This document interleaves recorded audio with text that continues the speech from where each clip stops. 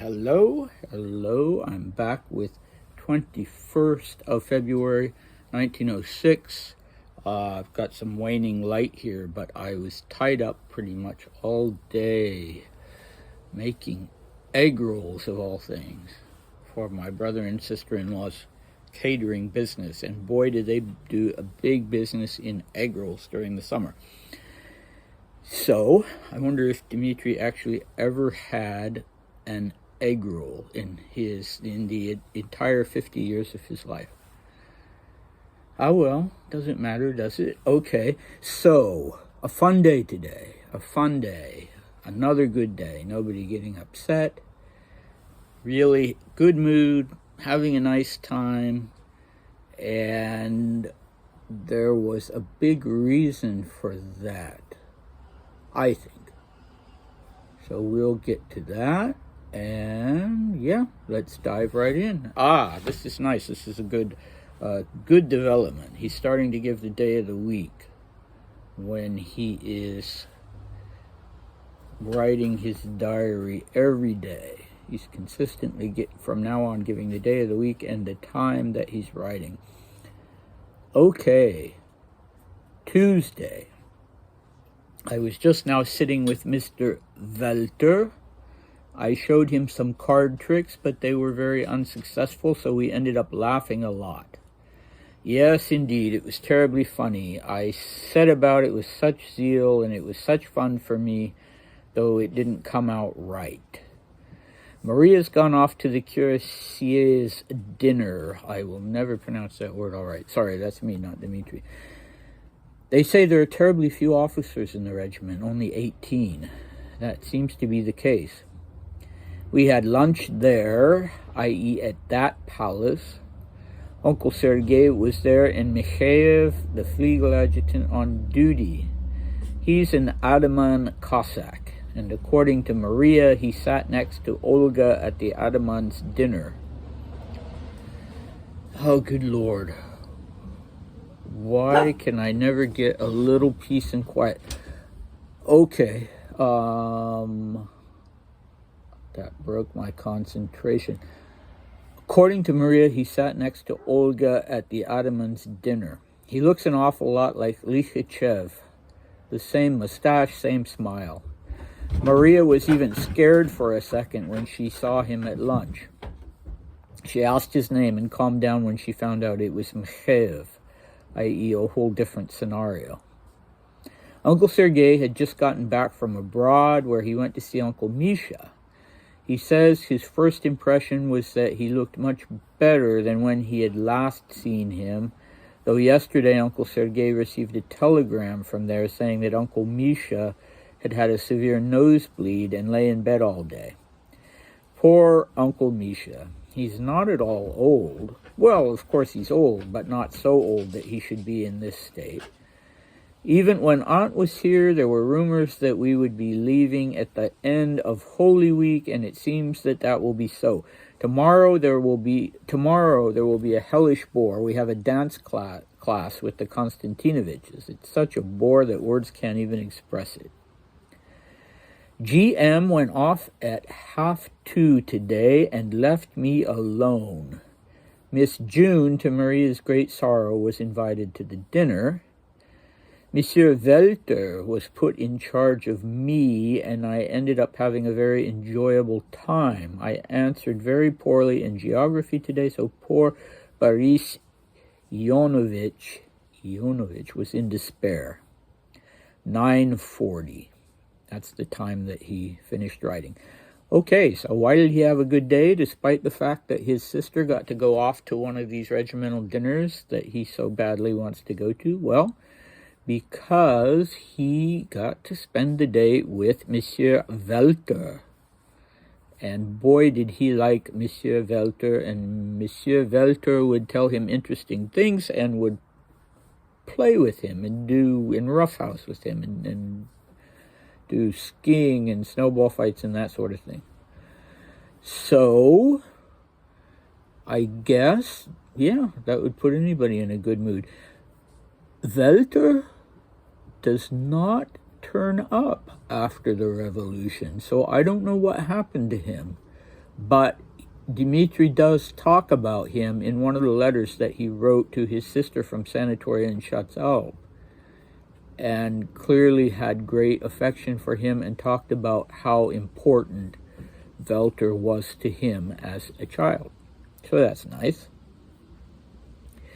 The card tricks, as usual, if Dmitri does something and it's not a resounding success, it just doesn't bother him. So I like that about him.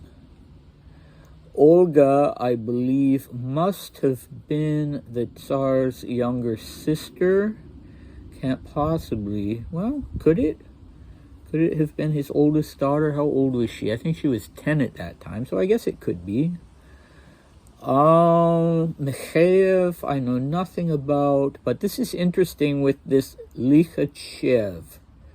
And I don't know how to pronounce that. I don't know where the stress is, and I don't know how it's even really spelled, because there's this letter in Russian that looks like a Latin E, and if it has 2 dots over it like a German umlaut, but it's not an umlaut, and if it has 2 dots over it, then it's pronounced yo instead of ye, which is how the Russian E is pronounced. And that is not always included when somebody, typically when somebody writes, or even when somebody types in a newspaper, for instance, if it's the yo letter, the 2 little dots are not always included, and so that makes it difficult. So Dmitri writes it with the E, of course, the ye, but I have no way of knowing if it was a ye or a yo.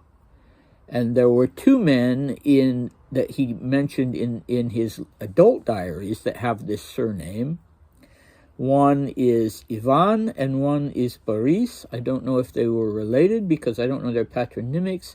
So if it was a yo, then the name would have been pronounced Likachov, because a yo is always stressed.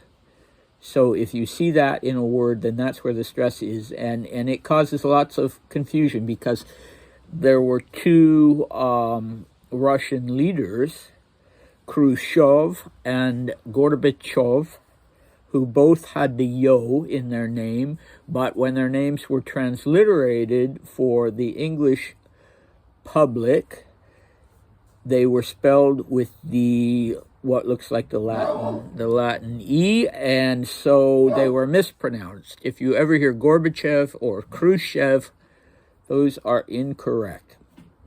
But in Likhachev's case, I don't know what is correct. And let's see, Ivan survived the revolution, well, both of them did, and lived in Nice.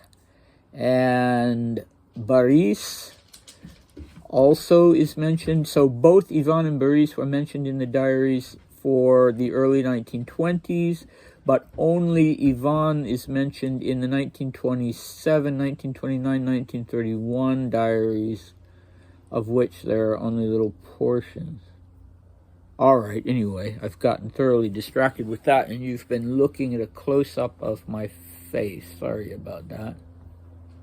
So I just wonder what the thing was, because apparently these two men looked alike. Mikhail, who was a Cossack, and Likhachev or Chov, who was also an officer, but I don't know in what regiment.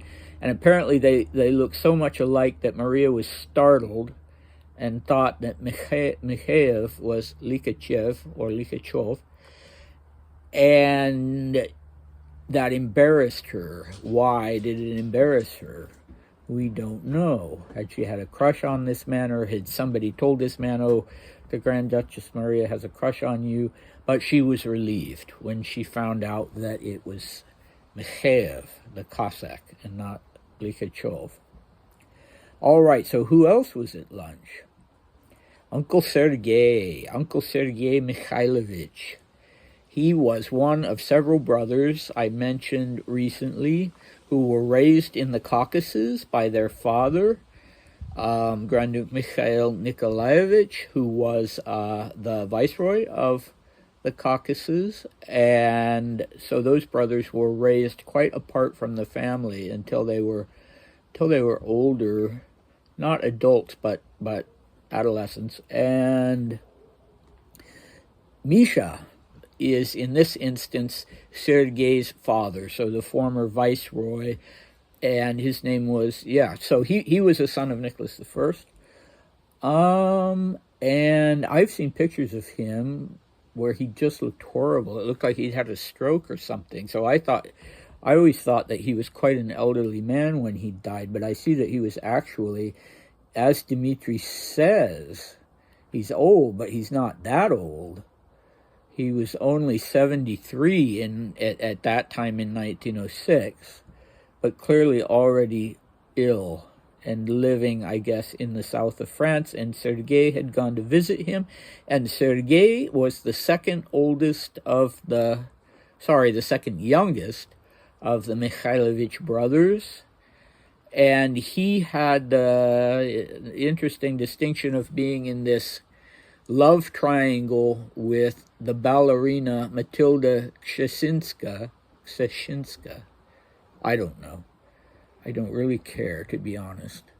Well, I shouldn't say that. But anyway, this ballerina, who had been Nicholas II's, chosen apparently by Alexander III to initiate his eldest son and heir into the art of lovemaking. So she had been Nicholas II's mistress before he was Nicholas II. And then she landed on her feet in the sense that she then had two Romanov lovers after Nicholas outgrew her.